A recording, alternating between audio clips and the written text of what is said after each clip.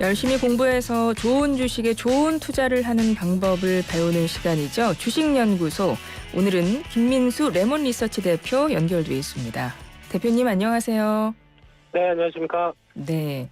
요즘에 금융권이 불안합니다. 미국에서 스위스에서 은행들이 파산했다고 하고 이런 소식들이 들려오니까요. 네. 근데 의외로 요즘 해외 증시를 보면 좀 견조한 것 같기도 하고 그래요. 네. 우선 미국 뉴욕 증시 오늘 상황 어땠는지 좀 알려주시겠어요? 네, 일단 저희가 마음은 불안합니다. 예. 여러 가지 과거 이제 2008년도 금융위기 사태가 나오다 보니까 그때 이어졌던 베어스턴스가 망했다. 리만 브로서스가 망했다. 이런 얘기가 나오면서 심리적으로 불안했던 그리고 또 충격이 가했던 내용들이 많다 보니까 이번 사건에 대해서도 이런 일련의 사태가 상당히 불편하게 다가오는 거죠. 예. 네, 그런 가운데 그래도 발빠르게 또 특히 2008년도 그랬던 경험이 있었기 때문에 정부나 민간 쪽에서도 약간 매뉴얼이 생기기 시작했죠. 네, 그런 매뉴얼화에 따라서 좀 빠르게 움직이는 부분들이 시스템 리스크화로 가지 않겠다라고 하는 의도가 뚜렷하다 보니까 빠른 좀 해결책을 내놓은 게 그래도 그나마 불안 심리를 확산하는 데 좀 막았다고 볼 수 있을 것 같고요. 네네. 네, 그래서 오늘 미국 시장에서도 나온 얘기가 일단 옐런 재무장관이 지금까지 예금자 보호법의 대상이 한 25만 달러 정도로 돼 있는데 이거 걱정하지 말라. 전액 예금자 보호를 할 수 있게 하도록 추진하겠다라고 한 얘기가 아무래도 그동안의 뱅크런이나 어떤 중소형 은행급이 위태위태했던 부분들에 대한 심리를 막을 수 있었다고 봐야 될 것 같고요. 게다가 또 JP모건을 필두로 해서 11개 대형 은행들이 약 한 300억 달러 정도는 예치금을 활용해서 어려운 은행을 또 이제 지원할 수 있겠다라고 하는 내용들도 같이 나오다 보니까 이 부분이 투자 심리를 빠르게 좀 돌리는데 어느 정도 일조를 했다고 봐야 될 것 같고요. 그런 쪽에서 물론 이제 바로 오늘이죠. 오늘 네. 밤에 미국의 FOMC 회의가 열리면서 앞으로 그동안 지금 이런 사태를 만들었던 대표적인 빠른 금리 인상이 이제 결자 해지라고 해야 되겠죠. 그런 연준의 입장이 오늘도 물론 금리를 살짝 올리면서 어떤 내용들, 특히 금리의 상단부를 어느 정도까지 바라보면서 이어가느냐가 또 하나의 관건이긴 하겠지만 오늘 미국 시장의 분위기는 일단 좀 덮고 가자. 그러니까 즉 심리를 다독이자라는 분위기가 상당히 크다 보니까 대부분의 또 증시, 특히 그동안에 좀 약했던 쪽이 러셀 2000이라고 하는 중소형주의 섹터들이었습니다. 네. 네, 가장 이런 은행의 위기가 왔을 때 어떤 위기에 직격탄을 맞을 수 있는 쪽은 중소형 섹터들이 아니겠느냐라는 쪽의 부담감이 네. 오늘 같은 경우는 많이 벗어나면서 가장 또 강했다. 이렇게 볼 수 있을 것 같습니다. 그렇군요. 뉴욕 증시 전체적으로 좀 상승 마감했나요?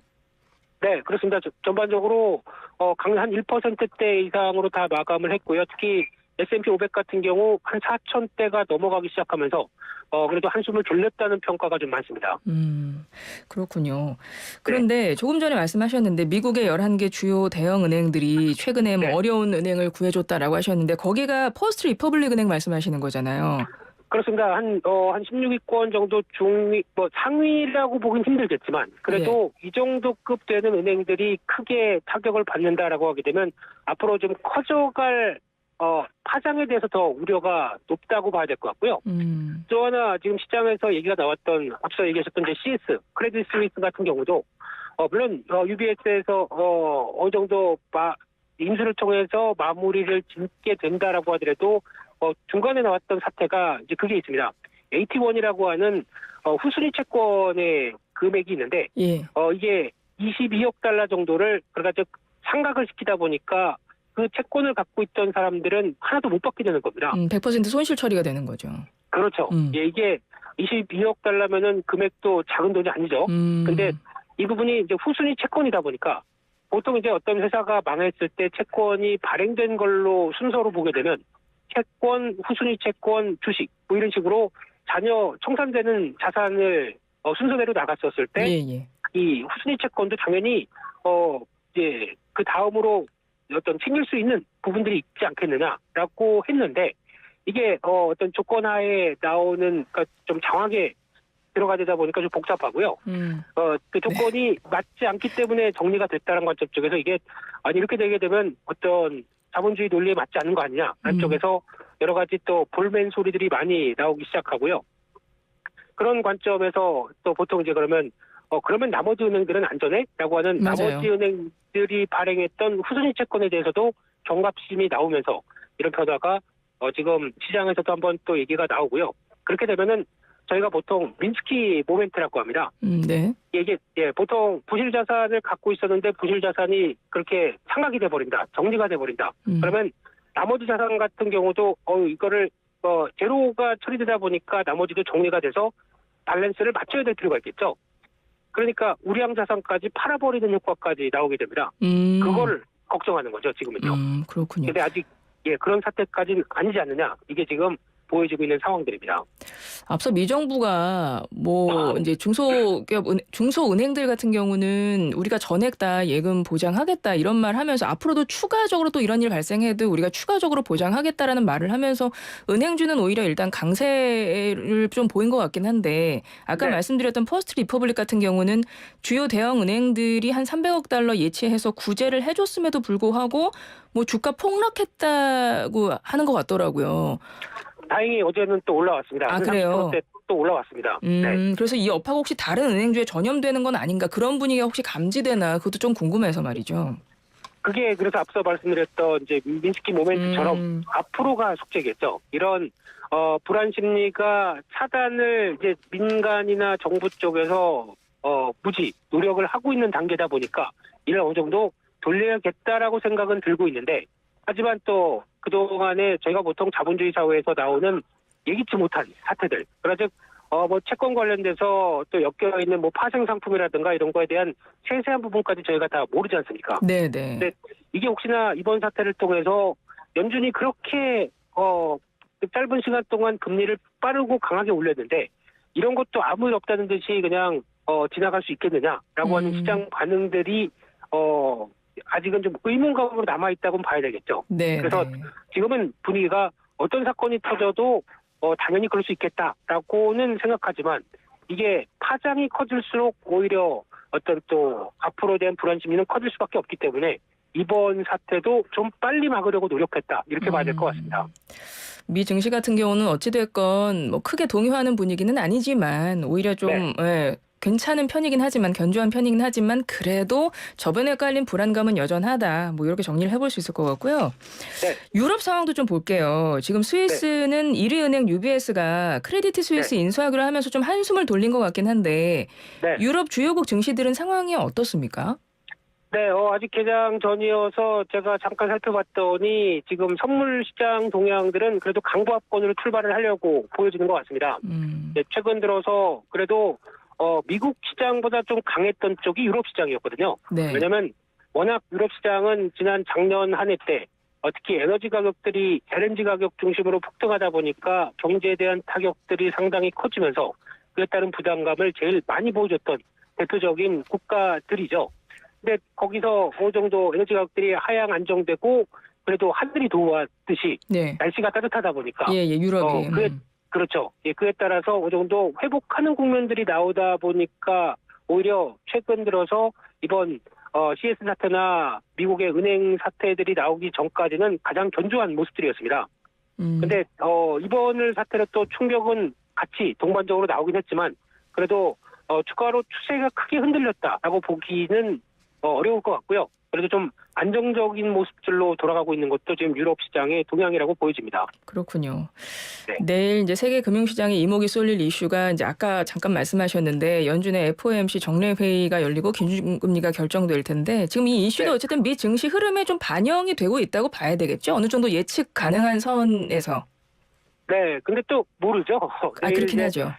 연준 의장의 이제 금리 결정과 함께 제일 중요한 게 연준 의장의 발언. 그리고 또 이제 저희가 보통 얘기하는 점도표라고 봐야 될 것 같은데, 즉 금리 앞으로 경로를 어떻게 연준 위원들이 점을 찍어서 보여주느냐라는 쪽에서, 그러니까 즉 지난 그 점도표의 기준으로 보게 되면 올해 금리가 한 5.25 5.1에서 5.2 사이 정도 여기서 거의 마감하지 않겠느냐라고 봤었던 부분들인데 네. 근데 그 사이에 여러 가지 물가 수준이나 또 인플레이션 압력을 보게 되면 생각보다 그렇게 크게 떨어지지 않는다라고 판단하다 보니까 네. 이 부분을 조금 더 상향시켜서 저희가 알고 있는 범위보다 훨씬 더 높이 찍는다라고 하게 되면 앞으로 연준은 금리 인상을 그만큼 더 많이 하겠다는 입장이지 않습니까? 네. 그랬을 때는 아무래도 시장이 또 경악을 하겠죠. 아니 이 정도 빠르게 올려서 이만큼까지 왔는데 더 올린다고 하게 되면 지금 같은 은행 사태뿐만 아니라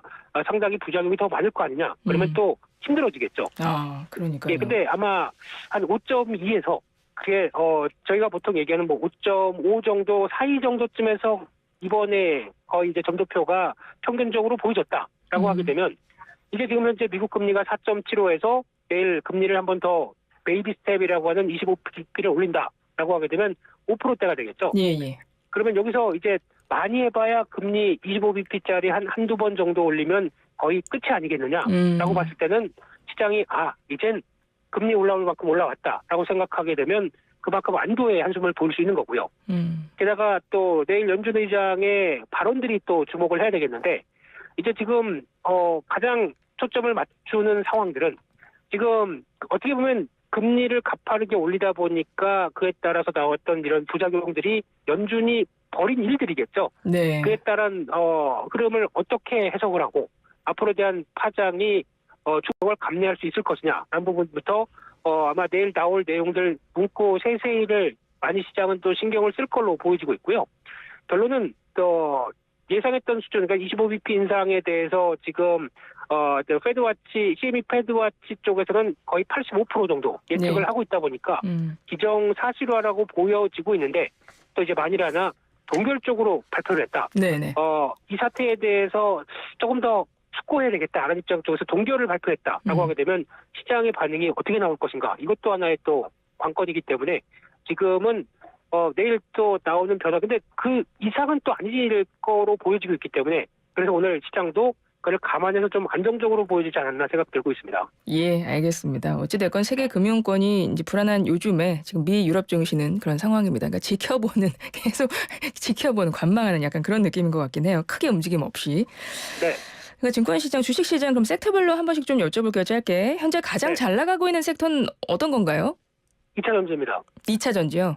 네. 2차 전지 계속 잘 나갈까요? 꽤 오랫동안 잘 나가는 것 같은데요.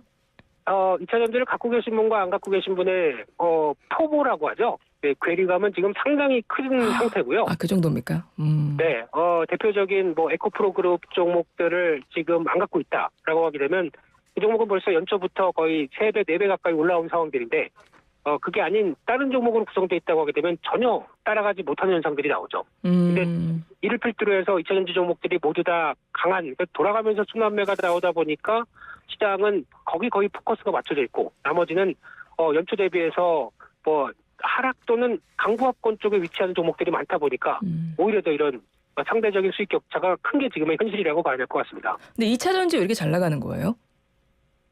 한마디로 말씀드리게 되면 예. 저희가 어떻게 보면 한국의 2차 전지 배터리 회사에 대해서 너무 도외시했다라고 봐야 될까요? 그러니까 보통 이제 중국 쪽에서 이어가는 쪽이 LFP라고 하는 리튬 인산 철 관련된 약간 중저가용 쪽을 확산시키기 시작하면서 드라이브를 걸었고 한국은 NCM 계열이라고 하는 하이니켈계 쪽에서 어떤 드라이브를 걸면서 그동안 10년 넘게 연구해오고 그의 결과를 북미 쪽에 가서 투자를 하기 시작하면서 결국 성과를 내려고 노력하고 있는 그런 단계인데 그래서 이제 공장들이 거의 2025년도 이후부터는 완공이 될 걸로 보게 되면 지금 예측하기로는 북미 시장에서 전기차가 침투율이 지금 한 7% 정도밖에 안 됩니다. 예. 근데 중국 정도까지 수준으로 올라온다라고 하게 되면 한 30%대까지 올라왔을 때 그건 거의 지금보다 4배, 5배 가까이 성장했었을 때 그 과실은 다 누가 챙기겠느냐라고 하게 되면 국내 전기차 배터리 업체들이죠.